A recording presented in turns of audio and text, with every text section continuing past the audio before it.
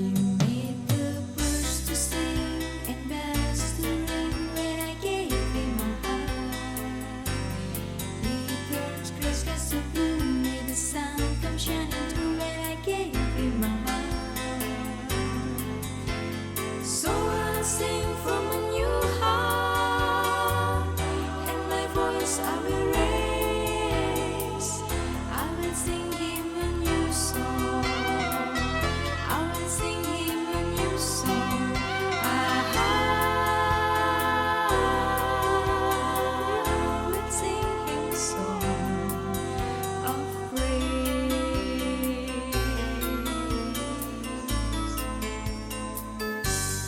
He brought hope back to me, set my soul free when I gave him my heart.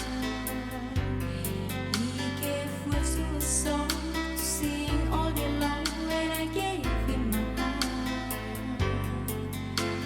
So I'll sing from a new heart, and my voice I will raise. I will sing him a new song. I will sing him a new song. I will sing him a song of praise, and I will praise him, for he is worthy of praise. I will sing to him in worship all through the day, and I will praise him, for he is worthy of praise. Jesus, who is Lord of all, is worthy to be praised. Beshem Ha'af, Ve'aben, Ve'ruach HaKodesh, Ha'elohim Echad. Di dalam nama Bapa dan Putra dan Roh Kudus Allah yang Esa. Amin. Pelajaran kita sejarah manusia yang ke-13 adalah sesi ke-19 untuk filsafat Ibrani. Nah, ini menarik. Kalau Nimrod adalah seorang penguasa, maka dia akan menguasai sejumlah orang. Nah, untuk membangun sebuah proyek besar menara, maka dia akan memerlukan banyak pekerja. Jika memerlukan banyak pekerja, itu nggak bisa cuman dibayar sejumlah uang atau dibayar sejumlah jasa, tetapi juga menggunakan power. Nah, jikalau Nimrod menggunakan power, berarti pembangunan menara Babel ini juga memulai keadaan seperti yang dikenal pada zaman setelahnya, yaitu zaman penjajahan atau slavery. Jadi slavery yang pertama itu pastilah terjadi pada zaman Nimrod ketika ia hendak membangun menara Babel. Nah, keren kan? Lagi-lagi cuman Alkitab bicara mengenai genealogi apapun, termasuk genealogi slavery. Genealogi slavery terjadi kapan? Terjadi ketika Nimrod mau membangun menara Babel. Jawabannya semua ada di kitab Kejadian. Jadi kalau ada yang mengatakan bahwa kitab Kejadian adalah kitab yang sederhana, iya sederhana. Kalau Anda membaca dalam bahasa Indonesia atau bahasa Inggris, sederhana banget. Tapi kalau Anda membacanya di dalam naskah bahasa asli Ibrani, nilai filsafat Ibrani di dalamnya sangat tinggi sekali, bahkan mencatat segala genealogi yang ada di bumi, yang di kitab manapun, di kitab filsafat manapun, itu nggak akan Anda temukan, cuman ada di Torah.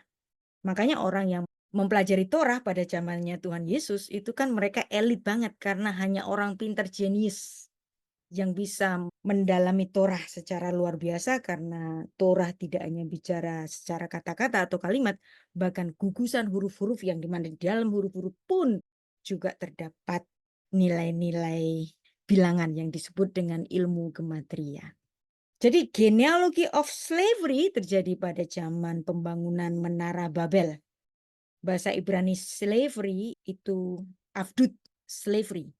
Berasal dari kata evet, ya, slave. untuk gender laki-laki, shifcha untuk gender perempuan. Jadi heavy labor, kerja rodi, heavy labor, itu bahasa Ibraninya avodat perek. Avodat itu pekerjaan yang berat. Perek, ini menarik ini, perek. Perek, kata perek dalam bahasa Ibrani mengandung filsafat Ibrani yang luar biasa. Jadi kalau Anda belajar sastra Ibrani, Anda bukan cuma belajar sastra, tetapi di sini mengandung filsafat Ibrani yang luar biasa. Avodat perek. Avodat sendiri bisa bermakna slavery, tapi slavery ini akan mengakibatkan perek. Secara frasa avodat perek diterjemahkan dalam bahasa Ibrani heavy labor, kerja paksa oleh karena perbudakan. Ini diceritakan dalam kitab Torah dalam Keluaran 1 ayat 13 sampai ayat 14. Nah, avodat perek, heavy labor, kerja paksa karena perbudakan. Orang-orang Israel yang adalah orang Ibrani pernah menjadi budak ketika mereka mendiami Mesir selama sekitar 400 tahun. Dan pada akhirnya, walaupun awalnya mereka diterima oleh Fir'aun yang menjadi sahabat dari Yusuf putra dari Yakub dengan sangat bersahabat sekali, tapi pada akhirnya kemudian bangsa Israel yang ada di Mesir kemudian menjadi para pekerja paksa. Avodat perek. Kata-kata dalam bahasa Ibrani, huruf-hurufnya itu memiliki nilai-nilai filsafat. Anda nggak akan nemui ini dalam filsafat barat. Dalam filsafat timur seperti bahasa Mandarin ada malahan. Jadi bahasa Mandarin itu sama dengan bahasa Ibrani karena sama-sama filsafat timur yang berpikir secara konkret. Jadi filsafat timur itu berpikir secara konkret. Bahkan setiap huruf-hurufnya itu bisa dilihat. Dan mereka bisa see the sound. Let us see the sound. Jadi orang-orang Ibrani itu kalau melihat huruf itu mereka mengatakan let us see the sound. Jadi the sound bunyi itu bisa dilihat buat orang Ibrani. Misalnya begini. Di sini ada kata alef, huruf alef. Huruf alef. Alef itu berasal dari aluf. Aluf. Dan ini adalah huruf klasik kan. Nah, tapi huruf paleo Hebrunya, huruf paleo pada zaman Musa menulis Torah yang pertama kali itu menggunakan aksara paleo. Huruf alef memiliki simbol kepala kerbau yang artinya aluf. Apa itu artinya aluf? Aluf itu kepala, artinya pemimpin. Bet artinya rumah, gimel artinya gamal, nursing, dalet artinya pintu. Nah, ini menarik juga. He, nilainya 5, nilai numeriknya 5. Nah, atau dibaca hey. Jadi kata hey, ya. Orang dada-dada begini, ya. Itu berasal dari aksara Hebrew paleo. Hey. Aksara he atau hey di sini. Wow, menarik kan? Nah, bahkan istilah alfabet Yunani itu berasal dari bahasa Ibrani yang hurufnya adalah alefbet. Kata Ibrani haskala, syakala, itu membentuk kata Yunani skoli atau sekolah. Nah, dari kata skuli atau sekolah muncul kata skul, muncul bahasa Indonesia sekolah. Jadi, institusi pendidikan sekolah itu bukan berasal dari Yunani, tetapi justru berasal dari mandat Shema pada zamannya Musa. Alefbet muncul alfabet, aksaranya orang-orang Yunani. Dan di bahasan pada sejarah manusia yang ke-12 kita sudah belajar bahwa menurut Justinus Martir, Platon itu terpengaruh pada atau sangat mengagumi tulisan-tulisan Musa. Ini masih menjadi perdebatan, tetapi saya meyakini apa yang ditulis oleh Justinus Martir. Dan bahasa Ibrani, yang paling mirip dengan bahasa Ibrani adalah chemical language. Karena bahasa Ibrani meneliti setiap huruf-huruf yang ada di dalam setiap kata-kata Ibrani. Jadi seperti chemical language. Kalau ada lambang-lambang H2O misalnya, kita akan langsung ngerti bahwa ini bicara mengenai air. Karena ini ada simbol-simbol kan. NaCl, sodium chloride, kita tahu itu garam, CO2, karbon dioksida, O2, oksigen. Kita sebagai orang sekolahan tahu. Nah, demikian cara kerja dari tulisan-tulisan Ibrani yang seperti chemical language. Dan setiap huruf-huruf Ibrani itu menggunakan akal. Menarik. Kata perek, avodat perek. Avodat artinya heavy labor, perek ini menarik ya.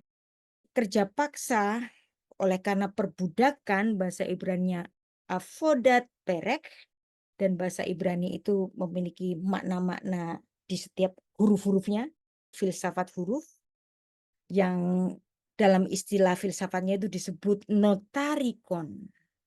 Tarikon. Kata perek dalam bahasa Ibrani itu bisa dipenggal. Peh itu mulut, rek itu lemah. Jadi seseorang yang ada di dalam perbudakan itu mulutnya selalu terkunci. Ya, seperti seorang bayi. Perhatikan bapak-bapak, ibu-ibu yang punya bayi, ya. Itu mulutnya itu soft rek. Mulutnya soft rek. Misalnya kalau bayi kita itu menangis, dia sakit di bagian kakinya, dia nggak akan bisa bilang kakiku yang sakit, dia cuma nangis saja. Karena apa? Mulutnya soft rek. Nah, jadi orang-orang yang terjajah, dia akan mulutnya seperti bayi-bayi yang tidak mampu berbicara sebenarnya. Hanya menangis saja. Nah, contoh hari ini orang yang terjajah, orang-orang yang dibelenggu oleh ancaman-ancaman hukum kan semuanya pada diem sekarang. Ya, seorang pemimpin partai besar, tahu-tahu mundur doang, nggak berani bicara. Kenapa? Karena dia ada di dalam kondisi avodat perek. Mulutnya tidak dapat speak up. Kenapa? Karena dia terjajah oleh kekuatan besar yang tidak dapat dia lawan. Wow. Jadi inilah makna dari filsafat Ibrani yang luar biasa. Seorang yang terjajah, mulutnya terkunci. Tidak berani speak up. Perek, bah, dan rek. Mulutnya soft, lemah, seperti bayi. Tidak bisa curhat, tidak bisa membicarakan yang sebenarnya.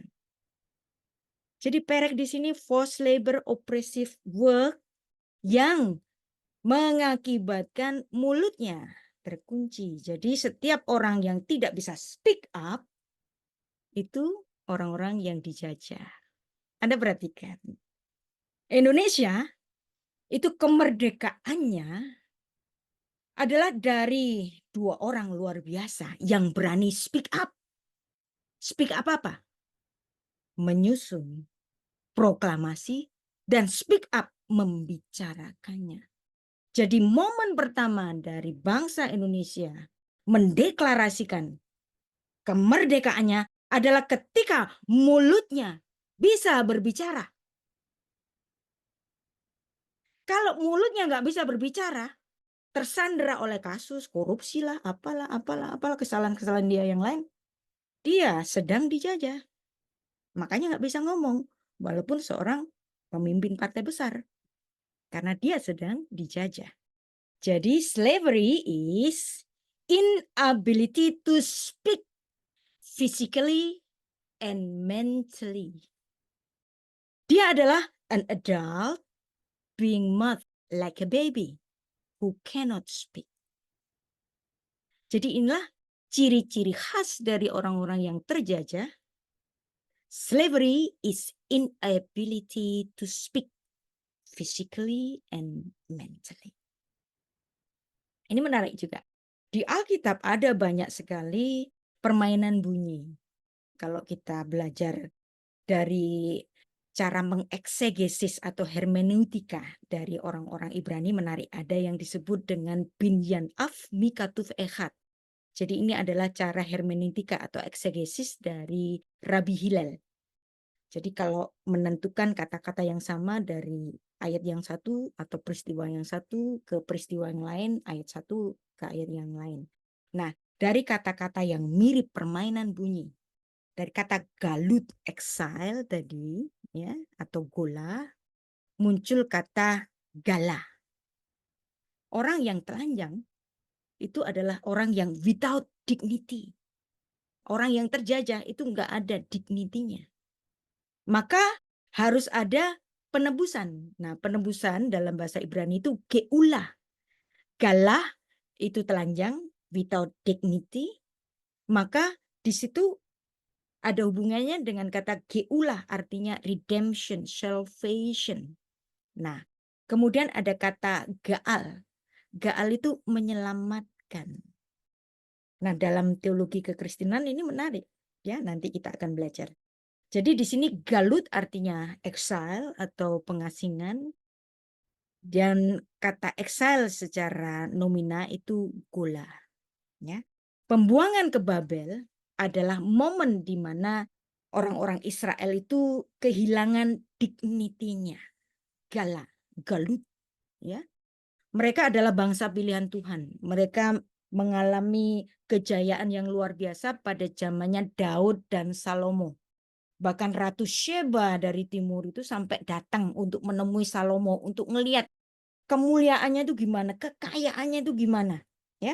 Tapi ada satu waktu seorang yang bernama Nebukadnezar yang dari utara itu datang ke selatan untuk memporak-porandakan kerajaan Yehuda dan membawa orang-orang Yehuda tadi dibuang ke Babel. Nah, pembuangan ini dalam bahasa Ibraninya itu galut, golah, yang dimana mereka telanjang, without dignity. Menarik. Bangsa Ibrani atau bangsa Israel adalah bangsa pilihan Tuhan kan? Kalau bangsa pilihan Tuhan harusnya nggak kalah kan?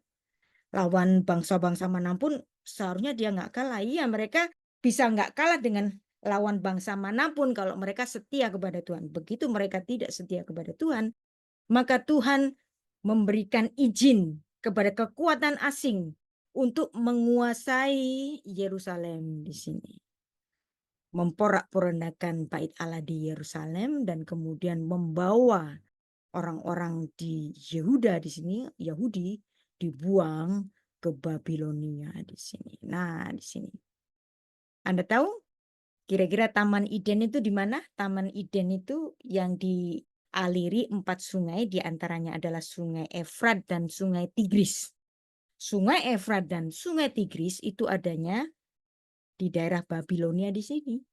Yang secara politis hari ini adalah negara Irak. Kenapa dibuangnya ke Babel? Karena memang dahulu ketika manusia terjajah oleh dosa mereka, terjajah oleh kekuatan iblis karena mereka menuruti bujukan dari iblis karena ingin seperti Allah, sama seperti Nimrod kan? Nimrod juga ingin seperti Allah, maka Adam dan istrinya, Adam dan Hawa ini dibuang keluar Taman Eden. Dan Taman Eden itu berasal dari mana? Di daerah mana? Di daerah Babilonia kan? Nah, ketika orang Israel kehilangan dignity-nya juga, mereka dibuangnya kemana? Di Babilonia. Loh, kok sama? Inilah pattern dari Alkitab. Inilah ilmu dari Rabbi Hillel, yaitu intertekstualitas tadi. Melihat kesamaan-kesamaan dari peristiwa-peristiwa yang terjadi di Alkitab.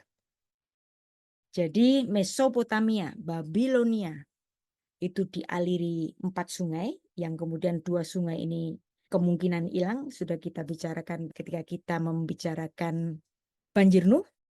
Yang masih ada itu adalah Hiddekel yang diterjemahkan dengan Tigris. Kemudian sungai Ferat atau yang disebut dengan Efrat. Jadi di sini memang Mesopotamia di antara 2 sungai, Mesopotamia. Nah, ini sungai-sungai Meso di antara sungai-sungai.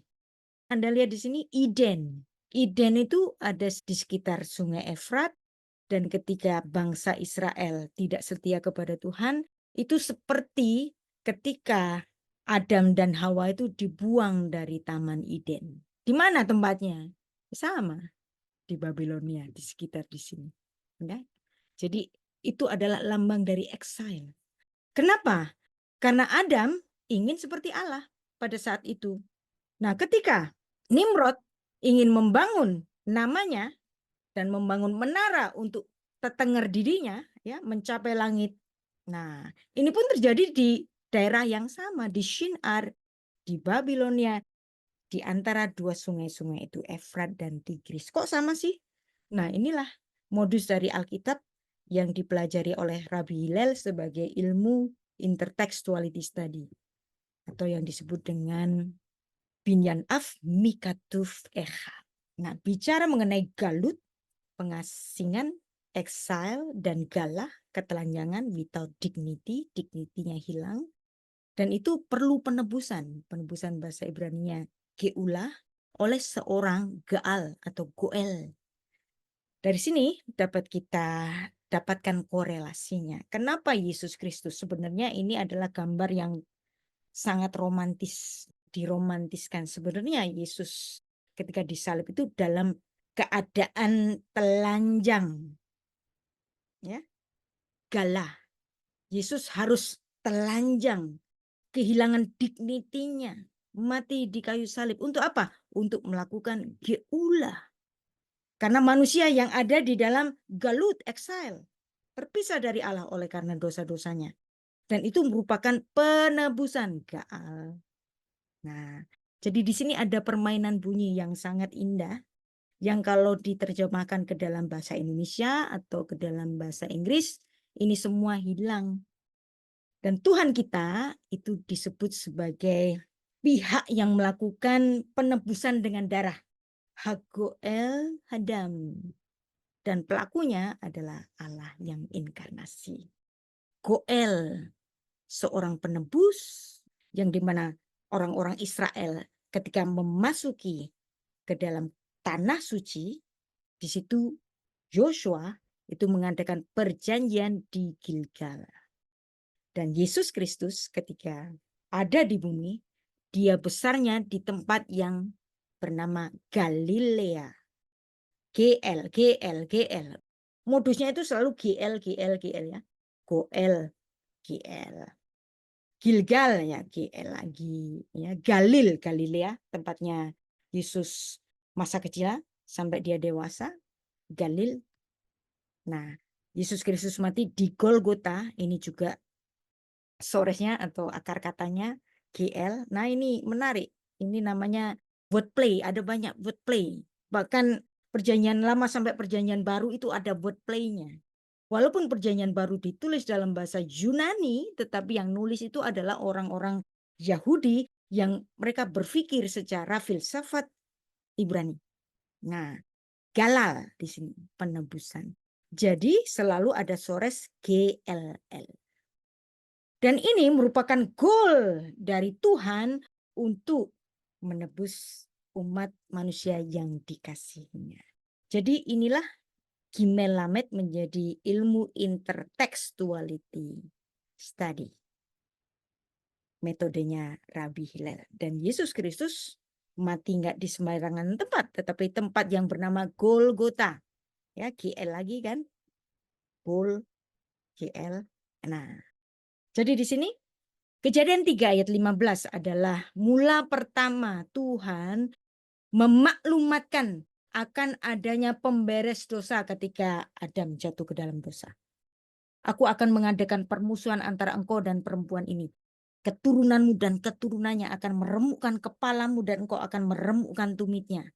Tumit dalam bahasa Ibrani itu adalah sores yang sama dengan Yakub, Yaakov. Tumit dalam bahasa Ibrani itu Akef, Yakub. Berarti yang mati, yang remuk ini siapa? Keturunan si Tumit, keturunan Yakub. Nah, kata Tumit hubungnya dengan Yakub nggak ada kalau dalam bahasa Indonesia, tapi kalau dalam bahasa Ibrani ada hubungannya.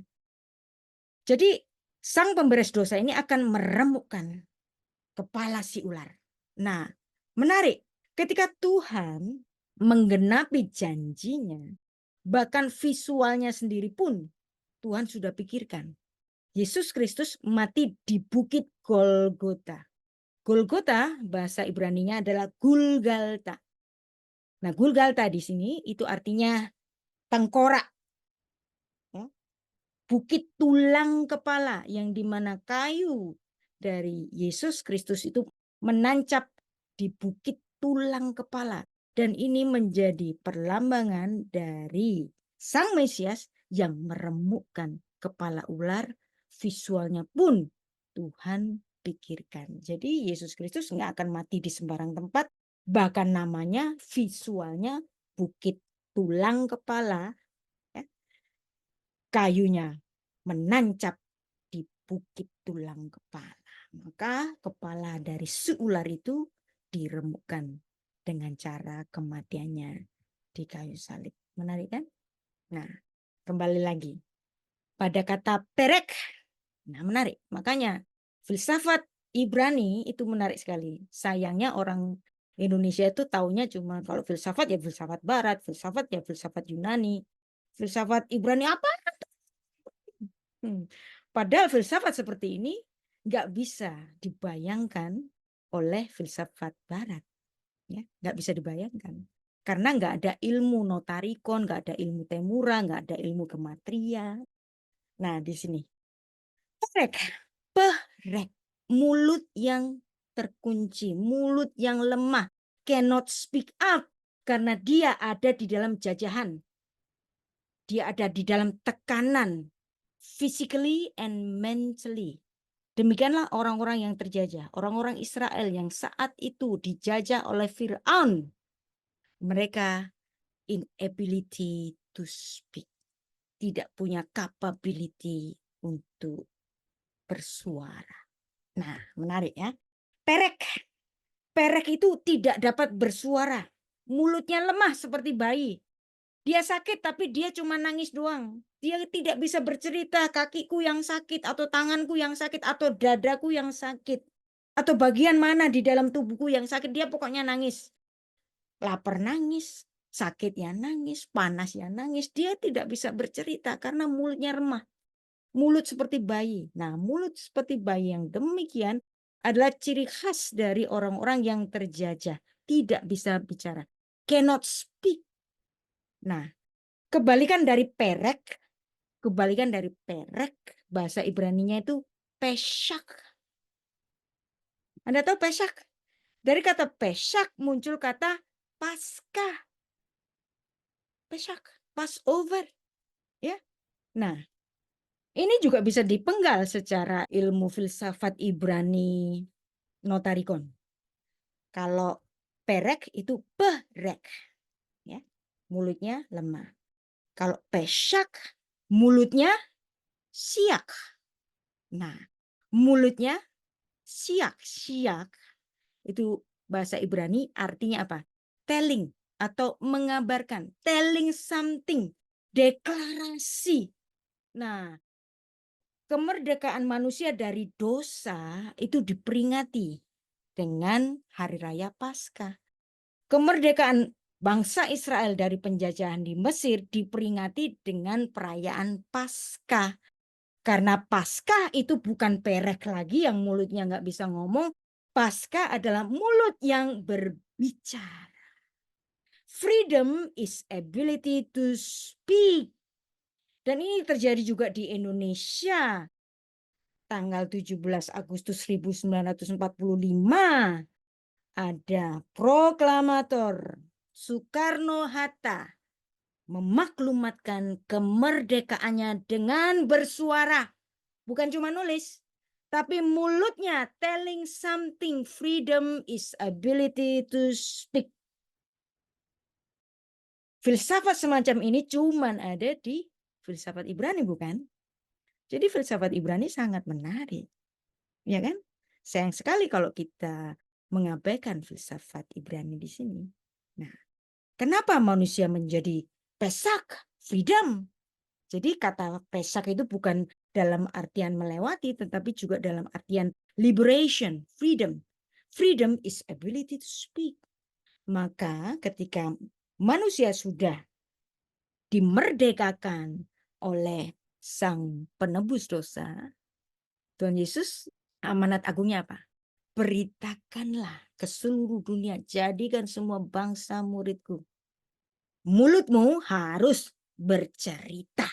Ketika mulutmu tidak bisa bercerita, ya, seperti lemahnya seorang ketua partai di Indonesia, partai besar, tapi mulutnya tidak bisa bercerita. Kenapa? Karena mulutnya terkunci. Perek. Tapi orang-orang yang merdeka, dia akan bicara. Pesyak. Ya. Jadi inilah mental situation being exiled dan mental situation bagi orang-orang yang telah mendapat salvation. Mental situation orang-orang yang ada di dalam penjajahan adalah perek. Ya, inability to speak. Dan mental situation orang-orang yang merdeka adalah pesyak, siak. Mulut yang bisa bercerita, ability to speak. Ya. Nah, kalau Anda punya versi digitalnya ya, Alkitab King James yang pertama, yang kuno banget tahun 1611 itu ada gambar-gambarnya. Penggambaran pada zaman kuno kira-kira Menara Babel itu kayak gimana sih? Jadi penggambaran di kitab King James tahun 1611 itu menara di sini, tapi menara di sini digambarkan belum selesai. Ya, jadi seperti menaranya Roro Jonggrang belum selesai gitu kan. Ya. Kenapa kok belum selesai? Karena Tuhan mengacaukan bahasa-bahasa mereka. Nah, jadi kemudian pada tahun 1547 ada seniman Cornelis Antonis menggambarkan sketsa Menara Babel yang berbentuk bulat yang dihasilkan oleh Tuhan, dan kemudian juga ada karya dari seorang seniman tahun 1563 Peter Bruegel di sini itu juga menggambarkan model-model Menara Babel yang mirip, yang meruncing ke atas tapi belum selesai. Jadi disinilah bentuk Menara Babel, penggambaran dari Cornelis Antonis tahun 1547, dan kemudian di sini adalah bentuk sigurat yang digambarkan oleh Peter Bruegel tahun 1563. Sama ya, mirip walaupun tidak sama banget, ada menara tapi belum selesai karena sebelum selesai mereka sudah kacau duluan, belum selesai. Jadi candi yang mati gitu kan. Nah, di sini ada sigurat juga, bentuk sigurat Tower of Babel karya dari Lucas van Valkenburg tahun 1568, mirip-mirip juga sebuah menara yang belum selesai. Nah, ada juga di sini bentuk sigurat dari seorang pelukis Prancis Gustave Doré. Di sini bahkan menggambarkan menara itu sudah sampai ke mega-mega di atas, bahkan di lapisan kedua dari atmosfer bumi. Ya, di sini seolah udah tinggi banget, tapi ini pun belum selesai. Jadi puncaknya itu mirip-mirip dengan piramida. Dan ada juga temuan dari bentuk sigurat yang agung di Ur di sekitar Babilonia. Mirip-mirip jenis bangunan Etemananki. Dalam bahasa Sumeria itu yang artinya kuil dasar langit dan bumi. Yang diharapkan ini akan menuju kepada dewa-dewa yang akan mereka sembah. Jadi demikianlah penggambaran dari orang-orang pada zaman dahulu yang dipakai sampai hari ini, bentuk menara yang belum selesai, yang dilakukan oleh Nimrod dan sekondannya pada zaman itu untuk mengabadikan namanya dan terdengar tentang dirinya dengan sebuah bangunan yang tidak selesai. Ya. Dan bentuk-bentuk sigurat-sigurat ini bisa didapatkan di sekitar Babel, dan para arkeolog itu menemukannya, bentuk-bentuk sigurat-sigurat semacam ini. Jadi, benarkah Menara Babel belum selesai dibangun? Ya, tampaknya kalau menurut Alkitab, memang menara itu belum selesai dibangun. Dan di situ adalah kejatuhan dari Nimrod yang ingin menjadi seperti Allah, yang ingin mengambil alih tahta di langit yang adalah tahta Allah bagi dirinya. Jadi ketika Menara Babel ini dibangun, lalu turunlah Tuhan untuk melihat kota dan menara yang didirikan oleh anak-anak manusia itu. Kejadian 11 ayat 5. Vayeret Adonai lirot et hair ve et hamigdal asher banu benei Adam. Jadi di sini suatu narasi yang Musa itu menuliskan dalam bahasa manusia. Tuhan dikatakan turun karena langit adalah tempat tahta Allah bertahta, maka ketika Tuhan mengunjungi manusia itu seolah-olah Tuhan turun. Jadi ini adalah bahasa anthropomorphism, bahasa yang dapat digambarkan atau dibayangkan oleh nalar dari manusia. Kemudian Tuhan menyerahkan bahasa-bahasa manusia di bumi. Ya. Bahasa yang di bumi itu kemudian diserahkan oleh Tuhan dari situ ke seluruh bumi dan mereka berhenti mendirikan kota itu. Yang artinya kota yang hair puncaknya ke langit, menara yang puncaknya ke langit itu belum selesai seperti karya-karya dari banyak seniman pada zaman dahulu dan dipakai hingga kini. Nah, ada yang menarik mengenai kisah Menara Babel ini, yaitu seorang sejarawan Muslim. Ini menarik banget. Kalau saya membacakan sejarah dari orang Kristen atau membacakan sejarah dari tradisi orang Yahudi, misalnya di kitab Talmud, atau misalnya tulisan dari James Asher seperti tadi, ya, orang akan menganggap iyalah itu tulisannya orang Kristen atau tulisannya orang Yahudi sendiri. Tapi ini menarik. Ada tulisan dari seorang sejarawan Islam, namanya Abu Al-Fida. Dalam sejarah para nabi dan raja, seorang teolog Muslim abad ke-9, ini cerita Al-Tabari dulu. Sejarah para nabi dan raja dari seorang teolog Muslim abad ke-9 Al-Tabari menuliskan satu kisah, yaitu Nimrod memiliki menara yang dibangun di Babel. Nah, mirip dengan Alkitab kan? Mirip dengan Torah. Lalu Tuhan menghancurkan menara itu dan juga mengacaukan bahasa umat manusia. Maka terjadilah kekacauan bahasa yang terpecah menjadi 72 bahasa. Meski kisah ini adalah kisah yang ekstra biblikal, tapi catatannya menarik. Dan ada catatan dari Abu Al-Fida.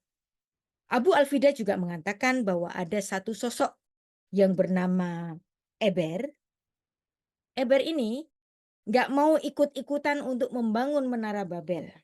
Maka kemudian Menara Babel itu ketika dia diserahkan oleh kekuatan ilahi dan kemudian bahasa-bahasa mereka terpecahkan, bahasa dari Eber menurut Abu Al-Fida ini tetap dipakai. Ya. Jadi yang lain-lain itu bahasanya menjadi bahasa yang berbeda, hanya Eber saja yang masih memakai bahasanya sendiri.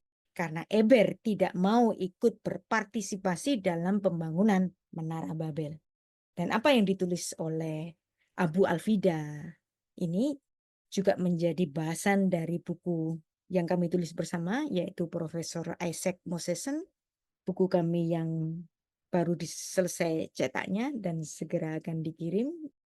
Abu Al-Fida ini mengatakan Eber itu dikenan oleh Tuhan karena Eber tidak mengambil bagian dalam pembangunan Menara Babel. Maka bahasa Eber ini tetap dipakai oleh Eber. Bahasa Ibrani ini tetap dipakai oleh Eber. Jadi artinya bahasa Ibrani adalah bahasa yang dipakai pasca banjir Nuh, dan Nuh memakai bahasa itu, dan bahasa yang dipakai oleh Eber, bahasa Ibrani ini berawal dari bahasa Idenik, bahasa di Eden, bahasa yang dipakai oleh Adam di Taman Eden. Keluar dari Taman Eden, Adam tetap menggunakan bahasanya sampai kepada keturunan-keturunannya, sampai kepada Nuh, sampai kepada Sem, sampai kepada Eber. Ya, menarik, ya kan? Dan kemudian sampai kepada Pelek, sampai kepada Abraham, semuanya menggunakan bahasa Ibrani. Dan ini yang nulis adalah sejarawan Muslim abad ke-13 Abu Al-Fidah. Ini memang ekstra biblical, tapi menarik. Ternyata ada kesamaan terhadap apa yang diyakini oleh orang Yahudi dan apa yang diyakini oleh orang Muslim. Jadi menurut orang Israel, orang Yahudi, itu mengatakan demikian. Ifrit hi lashon hakodesh. Bahasa Ibrani adalah bahasa kudus. Ifrit hi syafat semit. Bahasa Ibrani adalah bahasanya orang Semit. Ifrit Israelit ke syafat em. Bahasa Ibrani adalah bahasa Israel sebagai bahasa ibu. Nah, kenapa Eber tetap menggunakan bahasanya sendiri? Karena Eber memiliki keberanian bersuara untuk menolak berpartisipasi pada penjajahan yang dilakukan oleh Nimrod untuk membangun Menara Babel. Orang-orang yang terjajah ikut membangun Menara Babel. Juga terjadi di Indonesia ini kan. Ya. Pemimpin lalim semuanya memiliki inability to speak. Dan orang-orang yang tidak terjajah oleh pemimpin lalim itu, itulah yang berani bersuara. Orang merdeka memiliki ability to speak. Jadi orang-orang yang merdeka seperti Eber itu memiliki ability to speak. Karena Eber menolak turut campur dalam pembangunan Menara Babel. Ini Jewish tradition yang ada di dalam kitab Kuzari 1 ayat 55. Dan ini sama dengan tulisan dari sejarawan Muslim Abu Al-Fidah. Dan inilah kitab Kuzari. Anda mau membacanya untuk mengeceknya. Supaya saya jangan ngecap sendiri, Anda bisa mengeceknya dalam kitab Kuzari dalam laman Sefaria.org, Kuzari 2 ayat 68. Anda bisa membacanya sejak ayat ke-55 dan seterusnya. Nah, jadi disinilah Eber karena menolak pembangunan Menara Babel, maka Eber tetap menggunakan bahasanya sendiri. Bahasanya tidak ikut terpecah. Jadi bahasanya Eber, ya Eber kan ada di sini secara timeline. Adalah bahasa yang sama yang digunakan oleh Shem, yang digunakan oleh Nuh. Bahasa Eber itu juga bahasa yang diwarisi oleh keturunan-keturunannya, yaitu orang-orang Ibrani. Siapa saja? Ada Pelek, ada Reu, ada Serug, ada Nahor, ada Tera, bapaknya Abraham, ada Abraham. Dan secara timeline ada kemungkinan singgungan yang Abraham itu bertemu dengan bapak moyangnya, yaitu Nuh, bahkan Sem. Bahkan Sem dalam tradisi Yahudi dianggap sebagai Raja Melkisedek. Melkisedek menurut tradisi Yahudi ya, bukan di Alkitab.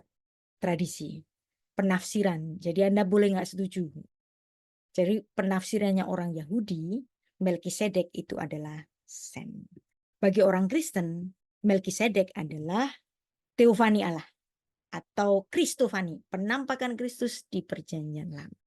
Dan Abraham di sini melahirkan bangsa Ibrani yang menggunakan bahasa Ibrani, bahasanya Eber, yang Tuhan beri privilege untuk tetap menggunakan bahasanya pada peristiwa Menara Babel. Jadi di sini ada wordplay juga mengenai nama Shem juga. Karena Nimrod ingin membangun nama bagi dirinya sendiri dan dia ingin membangun bangunan untuk terdengar bagi dirinya supaya orang ingat dia. Jadi dia bangun istana untuk dirinya yang nggak selesai. Menara Babel. Kenapa? Karena dia ingin membangun nama. Vena'aseh lanu Shem, membangun dinastinya di sini, membangun namanya di sini, maka Tuhan tidak berkenan, maka menara itu menjadi tidak selesai, runtuh, ya bahkan runtuh, karena dia ingin mencapai langit, ingin mencapai tahtanya. Jadi ketika manusia ingin seperti Allah, seperti Adam pernah ingin seperti Allah, Kejadian 3 ayat 5, kalau kamu makan buah itu kamu akan menjadi seperti Allah. tahu tentang baik dan yang jahat. Bahkan ketika Nimrod menjadi orang yang paling berkuasa, dia tergoda untuk menjadi seperti Allah. Maka dia membangun namanya dengan sebuah istana, sebuah menara. Nah, jadi ingin seperti Allah itu digambarkan dalam filsafat Ibrani itu sebagai istilah kitset bintiot. Apa itu kitset bintiot? Kitset bintiot itu artinya mencabut pohon. Kenapa mencabut pohon? Ini dilakukan oleh Adam. Adam ingin mencabut pohon karena dia ingin seperti Allah. Loh, Adam kan makan satu buah enggak? Nah, ini adalah istilah hiperbola. Karena Adam ingin seperti Allah, seolah-olah Adam itu enggak puas untuk makan satu buah saja. Bahkan seakar-akarnya dicabut karena dia ingin seperti Allah. Demikian pula Nimrod ingin seperti Allah. Siapapun manusia yang bertindak seperti Allah, ya, itu namanya kitset bintiot. Kamu akan menjadi seperti Allah. Maka disitulah titik kejatuhannya. Ketika Adam ingin menjadi seperti Allah, disitulah titik kejatuhannya. Ketika pohon itu ingin mencapai puncaknya langit, disitulah kejatuhannya. Seperti yang ditulis dalam Yeskiel 31 ayat 14. Dan di Eden itu adalah tempat Adam berkhianat karena dia ingin seperti Allah. Hosea 6 ayat 7.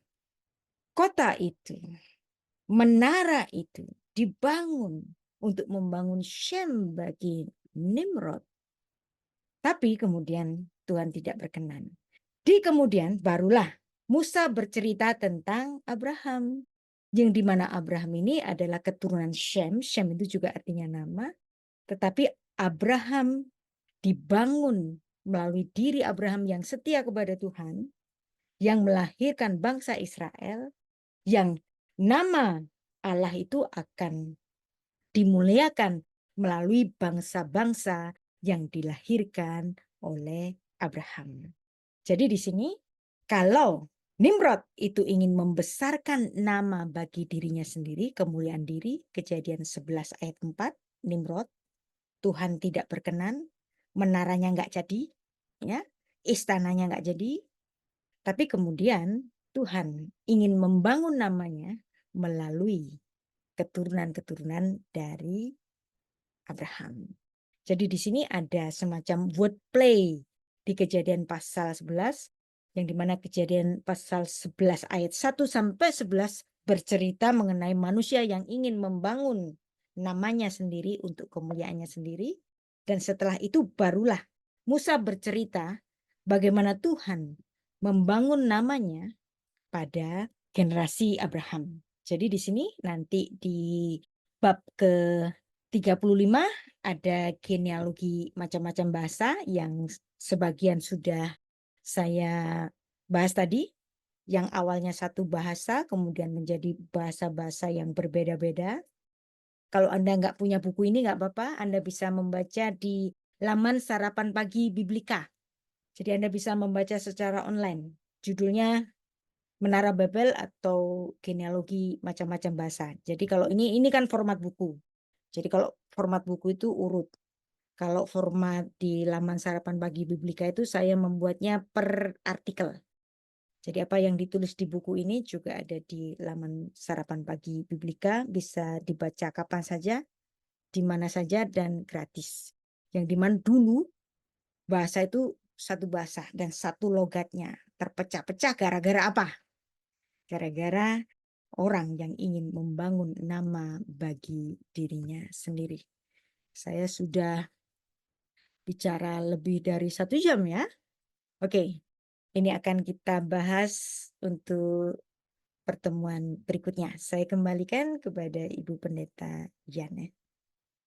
God bless.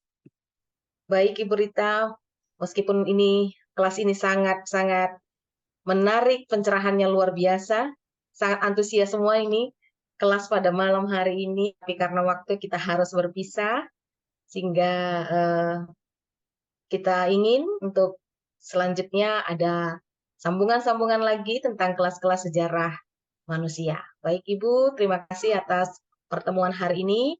Kiranya Ibu Rita Wahyu tetap diberikan kesehatan Dan saya mohon agar Ibu memberikan closing statement.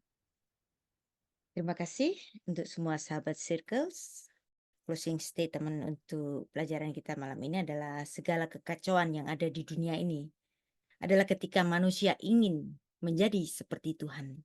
Berawal dari Adam yang boleh memakan apa saja di Taman Eden kecuali buah dari pohon pengetahuan yang baik dan yang jahat. Tapi oleh karena bujukan ular bahwa Adam akan menjadi seperti Allah kalau makan buah itu, Kejadian 3 ayat 15, maka di saat itulah manusia melawan Allah. Demikian pula Nimrod, seorang emperor pertama di bumi. Ketika ia membangun menara untuk mencapai langit sebagai idiom dari makna ingin menjadi seperti Allah yang berkuasa mengatasi langit. Disitulah pemberontakan Nimrod kepada Allah Sang Pencipta. Maka dahulu seluruh manusia yang awalnya satu bahasa, kemudian dipecah-pecahkan bahasanya oleh Tuhan sehingga menara itu belum rampung dibuat. Disinilah mula dari sejarah manusia memiliki bahasa yang berbeda-beda satu sama lain. Menjadi suku-suku bangsa yang berbeda-beda sesuai 70 atau 72 keturunan Nuh. Dari situlah mula bangsa-bangsa dan bahasa-bahasa di dunia, dan hanya Torah yang menuliskan catatan sejarah ini. Nggak ada kitab suci manapun bicara tentang hal ini. Nggak ada buku filsafat manapun bicara tentang hal ini kecuali Torah. Kita juga mempelajari asal-usul paganisme mitologi yang sebenarnya adalah pengagungan nama pembesar saja. Dalam pandangan dari teori Evherisme yang disampaikan oleh Evherimus, seorang Greek mitografer pada abad keempat sebelum Masehi, manusia menciptakan para dewanya berdasarkan wajah dari dirinya sendiri. Menurutnya, para dewa dari mitologi pada hakikatnya adalah manusia yang didewakan. Mitos sebenarnya adalah kisah nyata dari orang-orang yang pernah hidup, tapi kisahnya kemudian memiliki distorsi. Jadi dewa-dewa, misalnya dewa Baal kemungkinan adalah pengagungan dari Nimrod yang membangun candinya tapi nggak selesai, Menara Babel. Dan pemimpin ini kemudian dimitoskan dan tetap ada sampai hari ini dan terjadi di Indonesia. Diksi orang baik, bapak pembangunan, pemimpin yang nggak pernah salah, walau terbukti dia banyak melanggar konstitusi, hukum, maruk kekuasaan, adalah khas dari terbuktinya teori Evherisme ini. Para penyembah berhala, pemimpin lalim ini terus berpegang pemimpinnya nggak punya dosa. Namun kita harus ingat kisah mengenai Nimrod ini yang menjadi awal mula dari penjajahan yang pertama.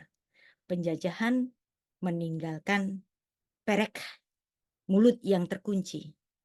Tetapi kemerdekaan melahirkan pesyak, mulut yang bercerita.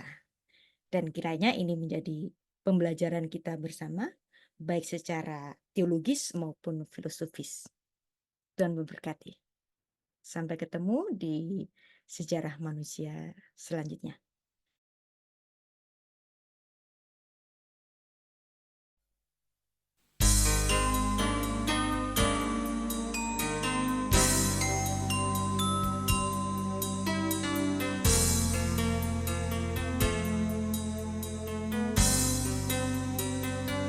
You made the birds to sing and bells to ring when I gave you my heart.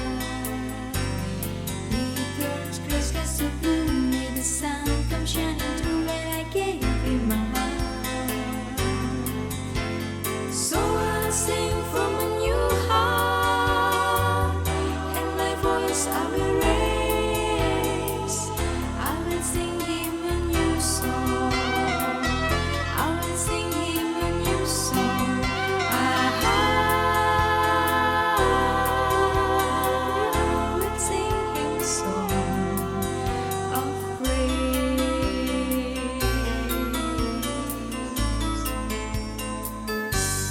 He brought hope back to me, set my soul free when I gave him my heart. He gave words to a song to